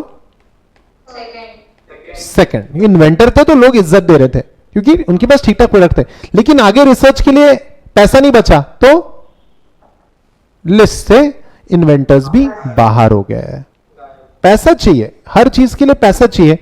500 crore investment in pager factory went waste because of the advent of Nokia, and this created a significant vacuum of funds for further research and development in cellular phones. हालात ये है कि Motorola को take over किया किसने? Guess करो। Google ने, और गूगल ने 1250 मिलियन यूएस डॉलर्स में खरीदा, और मात्र 380 मिलियन यूएस डॉलर्स में फिर से बेच दिया लीनेवो को। An American brand sold to a Chinese company now. आज 2021 तक इसका इंपैक्ट हो रहा है। इसको कहते हैं far reaching impact. Environment has a far reaching impact. Growth and profitability of organisation is affected. अगर तुमने एनवायरमेंटल एनालिसिस नहीं किया, ऐसा हो जाएगा। Americans have a problem, you know, Americans have a problem. उनको लगता है जो हम कर सकते हैं वो कोई नहीं कर सकता। और फिनलैंड की कोई कंपनी, फिनलैंड आधे लोगों को पता भी नहीं है दैट इट एग्जिस्ट। हमको इजराइल, गाजा पता है, एम आई राइट? फिनलैंड नहीं पता हमको। गाइस अमेरिकन देखो ना, अब हम लोग किससे लड़ते हैं अपनी मूवीज में? चाइना, पाकिस्तान, हिंदुस्तान जिंदाबाद, नहीं तो हैंडपंप उखाड़ दूंगा, ठीक है। हम लोग अपनी ये मूवीज देख रहे हैं यार, हमारे इसमें इसी से लड़ रहे हैं हम लोग। वो किससे लड़ते हैं बे? अमेरिकन किससे लड़ते हैं? एलियन से लड़ते हैं वो। बे तुमसे क्या लड़ेंगे? बे तुमको तो हम हरा ही देंगे। समझ रहे हो guys? They are living on a different planet, they feel. Guys अपने आप को ओवर कॉन्फिडेंस के चलते मोटोरोला ने बर्बाद कर दिया। Characteristics of environment multifaceted, far reaching impact, dynamic and complex. 3 mark के लिए क्वेश्चन आ सकता है, एमसीक्यू के लिए भी ये क्वेश्चन आ सकता है। these are characteristics of environment. भाई साहब आगे बढ़े,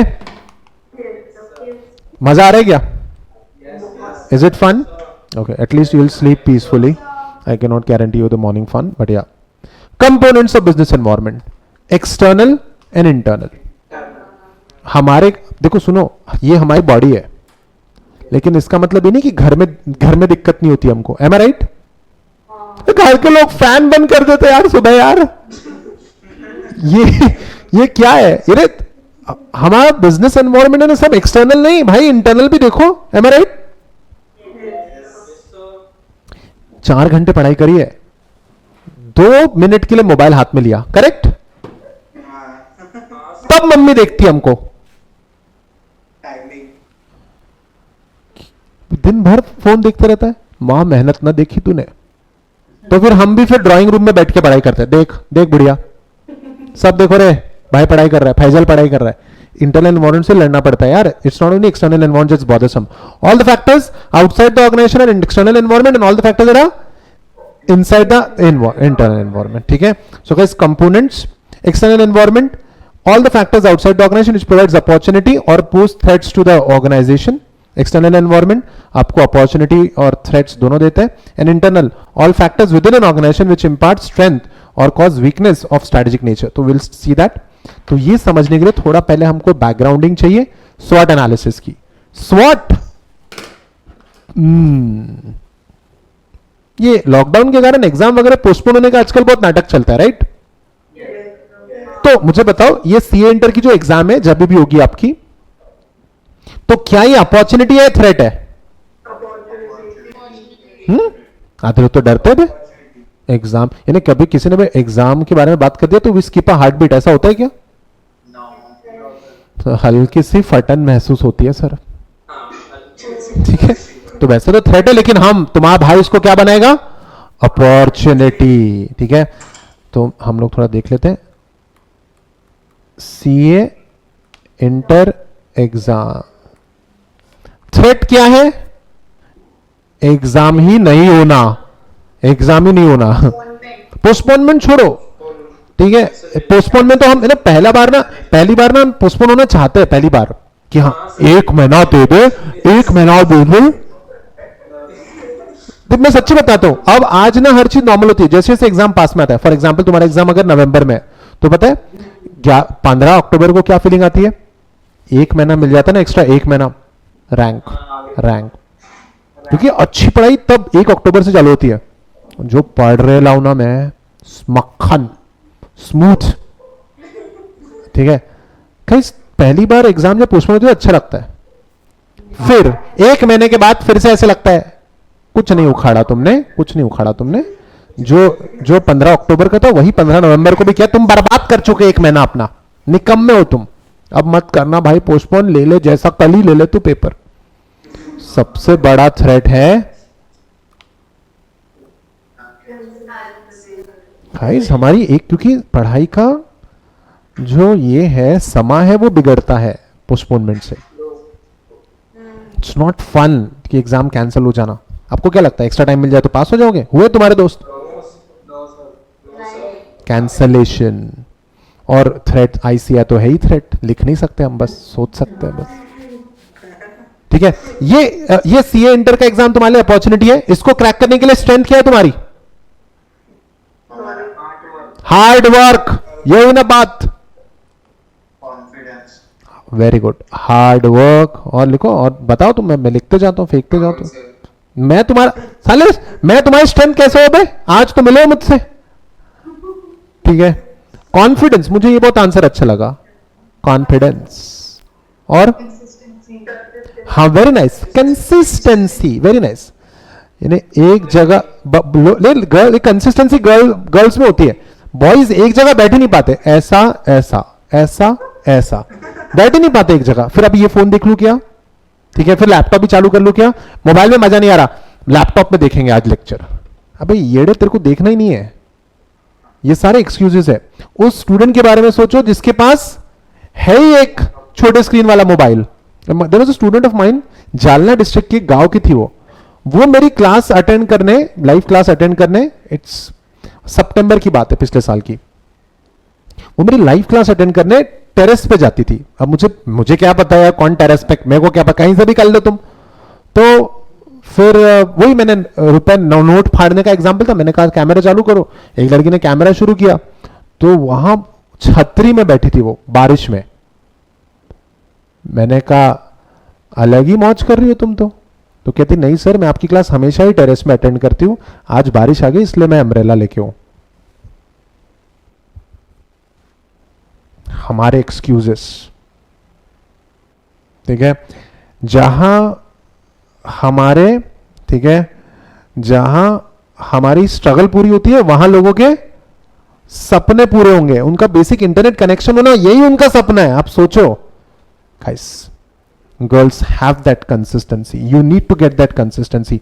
रूपल ने बोला शायद कंसिस्टेंसी वाला point, right Rupal? Very important point.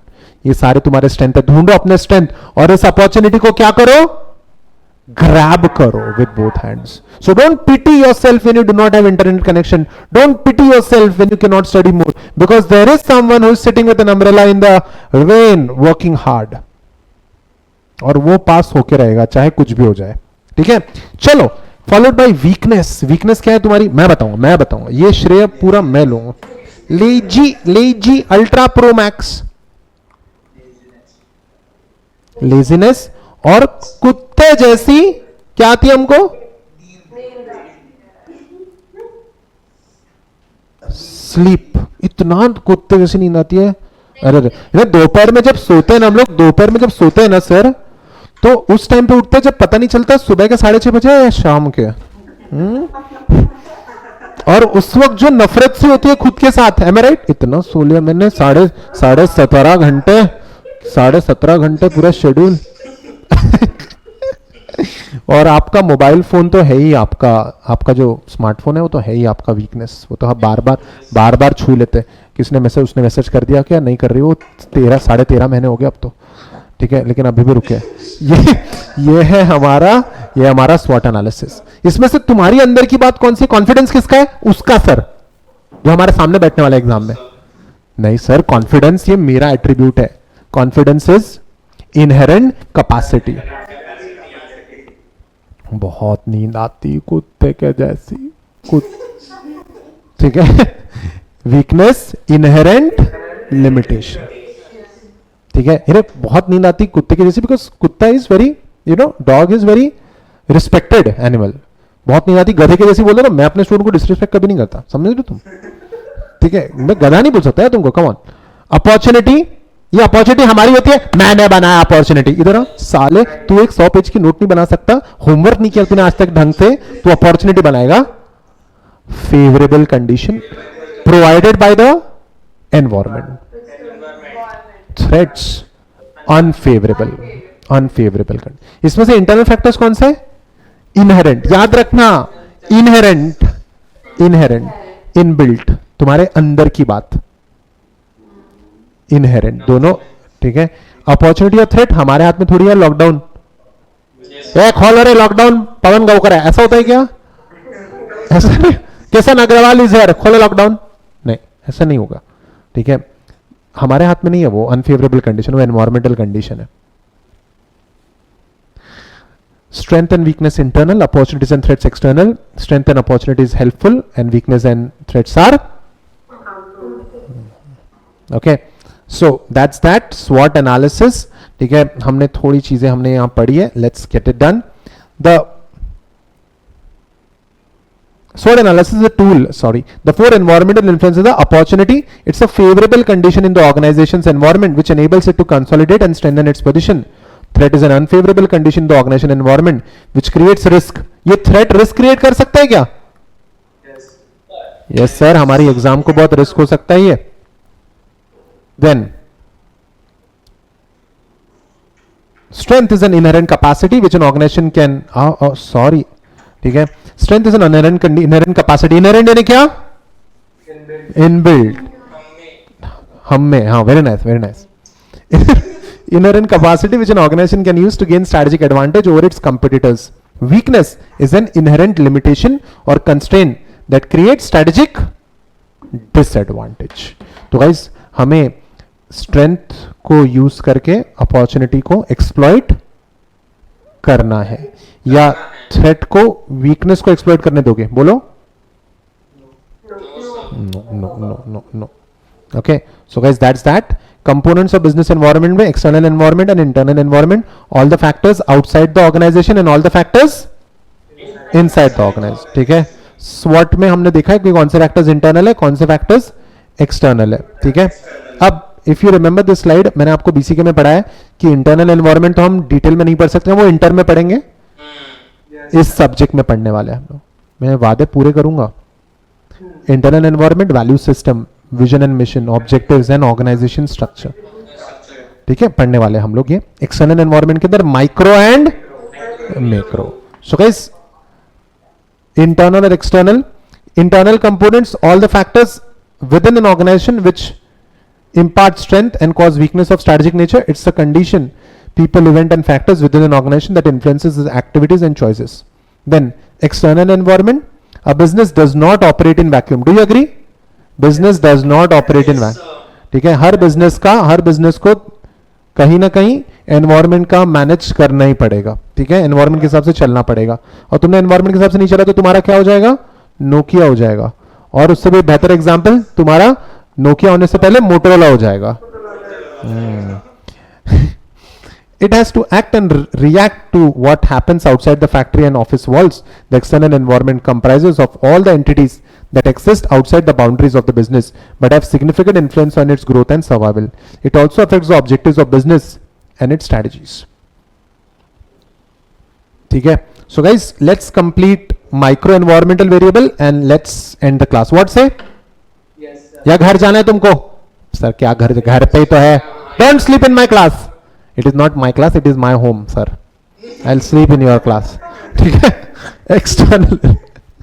So external में micro and macro. अब micro और macro ने क्या? साथ छोटा बड़ा है ना? नहीं. माइक्रो एनवायरमेंटल वेरिएबल है all those variables which are in the immediate vicinity, जो हमें डायरेक्टली इंपैक्ट करते हैं. राइट. यानी ICI is your micro environmental variable और macro environmental variable. Macro ICI को मैं रीच भी नहीं, उनका वो कॉलिंग का रहता है, वो हेल्पलाइन नंबर 400 मिनट का वेटिंग रहता है उसमें. भाई हम नहीं पहुंच सकते तुम तक, ये हमारे इमीडिएट विसिनिटी में नहीं है. Can you reach me easily? Are you sure? Yes, sir. I am in your immediate vicinity. I'm a macro environmental variable. तो macro नहीं, micro, जो हमारे बिजनेस को डायरेक्टली हिट करते हैं. I am a micro environmental variable. तो कौन से? The environment of the business can be categorized into two broad categories, micro and macro. Micro environment is related to small area. Small area. Red circle or which circle? Red circle, the orange circle. और the green circle, tell me. Orange circle. ठीक है, the orange one. Then micro is related to small area or immediate periphery. Highlight the word immediate periphery. 5-6 highlighter से highlight करो immediate periphery.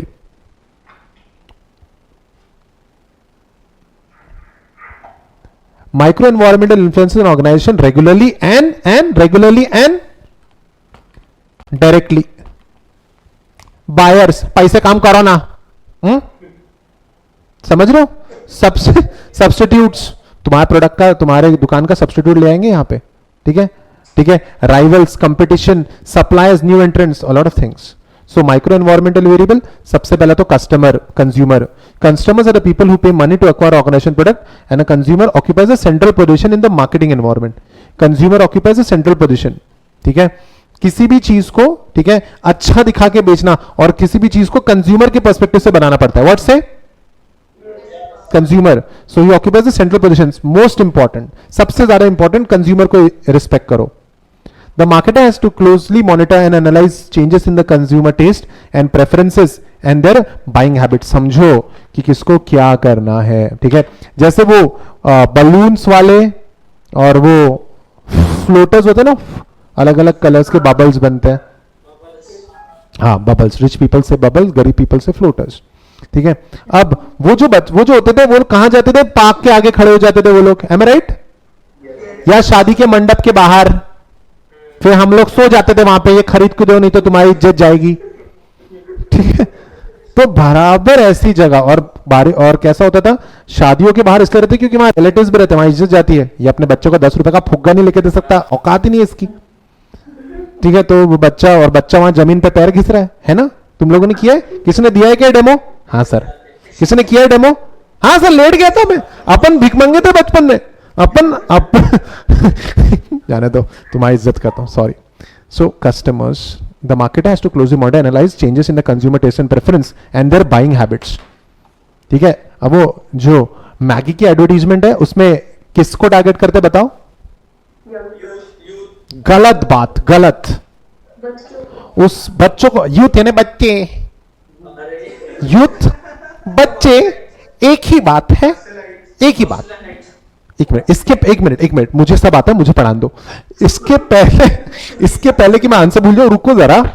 अबे Maggi अच्छी हमें लगती है, लेकिन खरीदने का पावर किसके पास है? पेरेंट. पापा को तो कुछ समझता ही नहीं है सब. अच्छा बना है, कैसा बना है? अच्छा अबे अच्छा बोल. हाँ, अच्छा ही तो बना है. पापा को बस तो ऑप्शन ही नहीं है. मम्मी खरीदती है सारा, तो वो लोग मम्मी को टारगेट करते हैं. तो what do you mean by this? हाँ, ऐसा कैसे बोल रहे मम्मी को टारगेट? अबे ऐसा नहीं है बे. यानी टेस्ट भी और हेल्थ भी. तो टेस्ट किसके लिए था? वो जो बच्चे नीचे गिरा के खींच के खाते थे, उनके लिए. टेस्टी भी और हेल्थ भी किसके लिए था? तो वहां पे दोनों को टारगेट किया गया है. ठीक है, तो मार्केटर्स को इस पे ध्यान रखना पड़ता है. Then organisation. ठीक है, सॉरी, नॉट सप्लायर्स, ऑर्गेनाइजेशन बहुत इंपॉर्टेंट है. ये पॉइंट के लिए थोड़ी ज्यादा मेहनत करनी पड़ेगी हमको.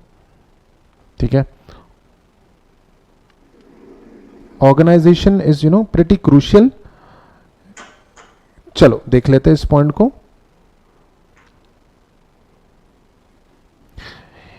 The objectives, goals and resource availability of a firm occupies critical position in the microenvironment. An organization has several non-specific elements of the organization surrounding that may affect its activities. Guys, काफी organization resourceful होती है, लेकिन वो ज्यादा ऊपर तक नहीं पहुंचना चाहती. देखा आपने? And sometimes because you are under ambitious, you may land up losing your position in the market, right? काफी ज्यादा ऑर्गेनाइजेशन ज्यादा बड़ा बनना नहीं चाहती, बड़ा सोचती नहीं. अबे बड़े नहीं सोचोगे निपट जाओगे. Correct? You have to understand this कि हमको नेक्स्ट लेवल के बारे में सोचना पड़ेगा. This consist of specific organization और group that is likely to influence an organization. तो आपको देखना पड़ेगा कि कौन से लोग हमें ऊपर ले जा सकते हैं. जैसे गूगल का नोकिया हुआ क्या? बोलो. गूगल का नोकिया नहीं हुआ, उन्होंने सुंदर पिचाई को लेके आए. सुंदर पिचाई का नेटवर्क पता है कितना है? 3,300 करोड़. उस बंदे का, चेन्नई का लड़का है हमारा, ब्रेन ड्रेन हुआ है, इंडिया की मदद कर सकता था, कोविन ऐप अच्छा बना सकता था वो.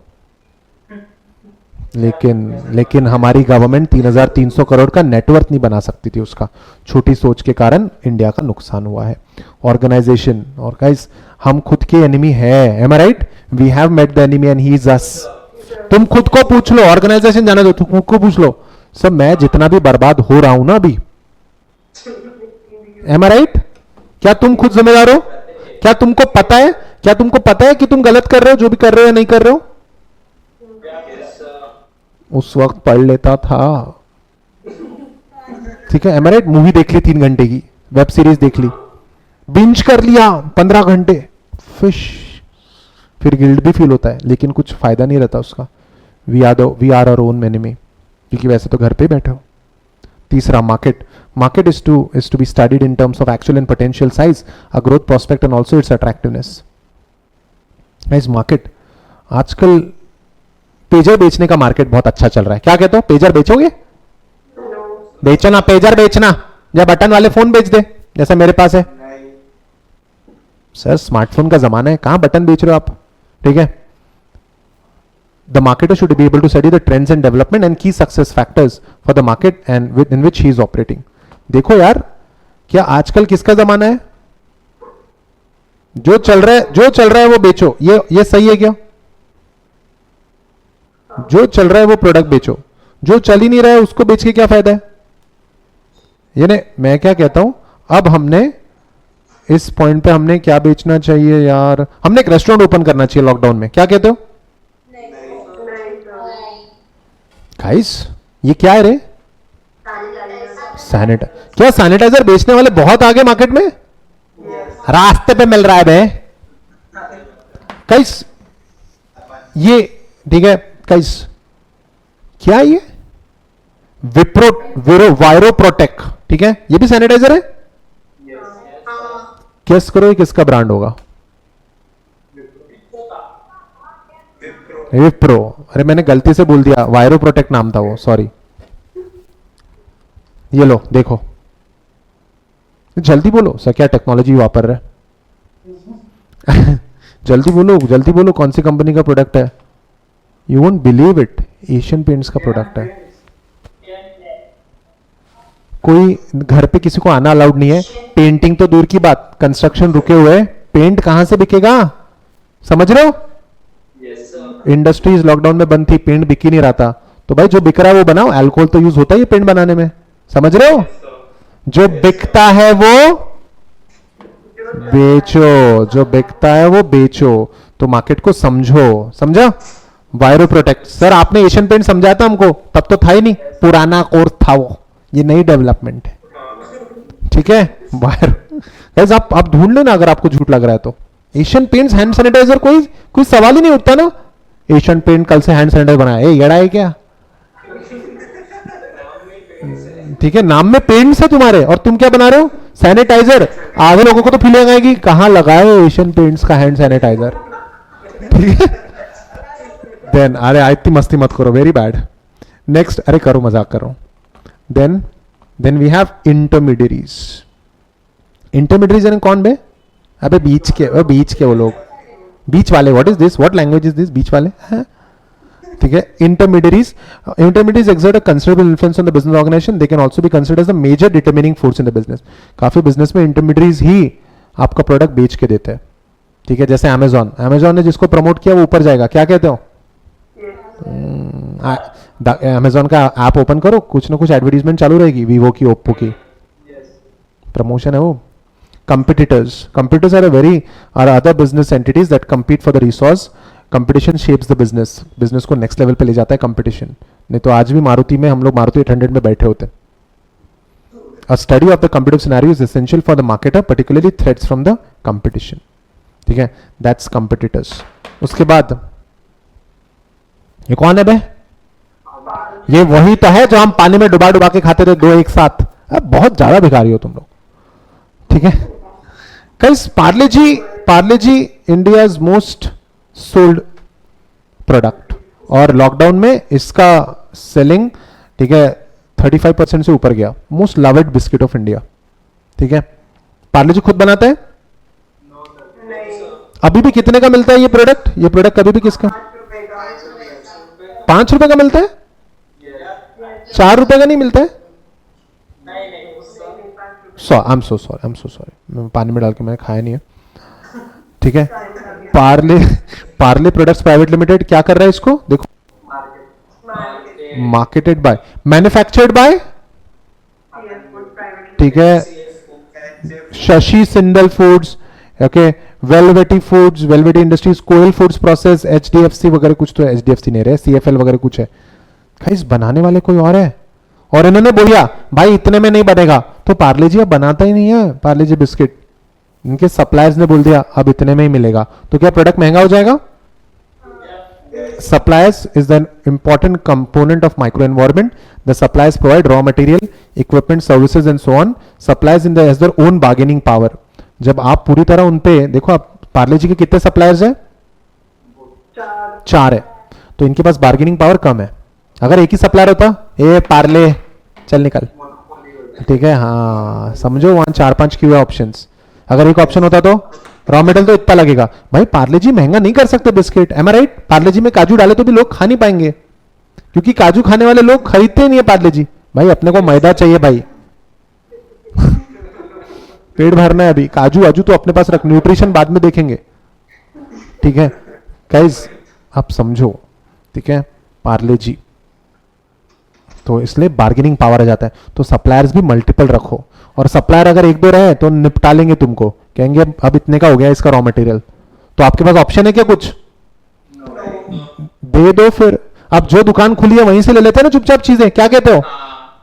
वो कहता है ये केक 500 रुपए का, तुम तो 350 में ले जाते थे, लेना है क्या बे? दे दो। आप समझ रहे हो? तो बार्गेनिंग पावर सप्लायर की होती है जब वो मोनोपोली में होता है। इसके बारे में हम लोग पढ़ने वाले हैं हम लोग और नेक्स्ट चैप्टर में। हाँ, suppliers with their own bargaining power affect the cost structure, क्योंकि सप्लायर ने महंगा कर दिया तो कॉस्टिंग भी बढ़ जाएगी प्रोडक्ट की, है ना? They consider major four which shapes the competition in the industry. तो सप्लायर हमेशा ज्यादा होनी चाहिए और ट्रस्टवर्दी होनी चाहिए, अपॉर्चुनिस्ट नहीं होने चाहिए सप्लायर। क्या कहते हो? The micro environmental variables, the shortcut is comics, customer, organisation, market, intermediaries, competitors and suppliers. These are the micro environmental variables. Please write it down.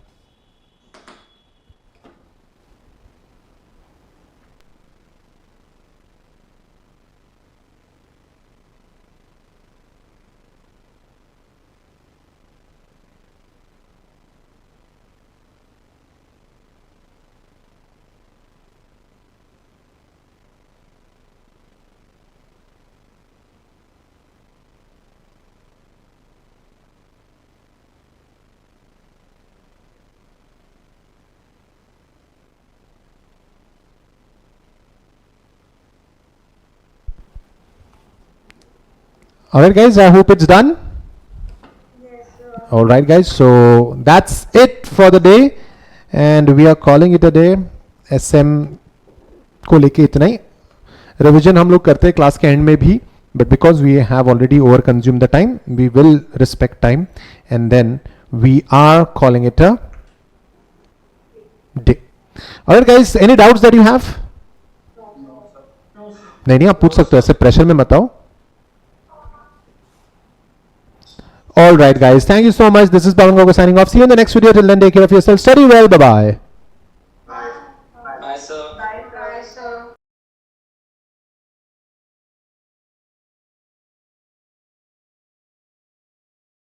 sir.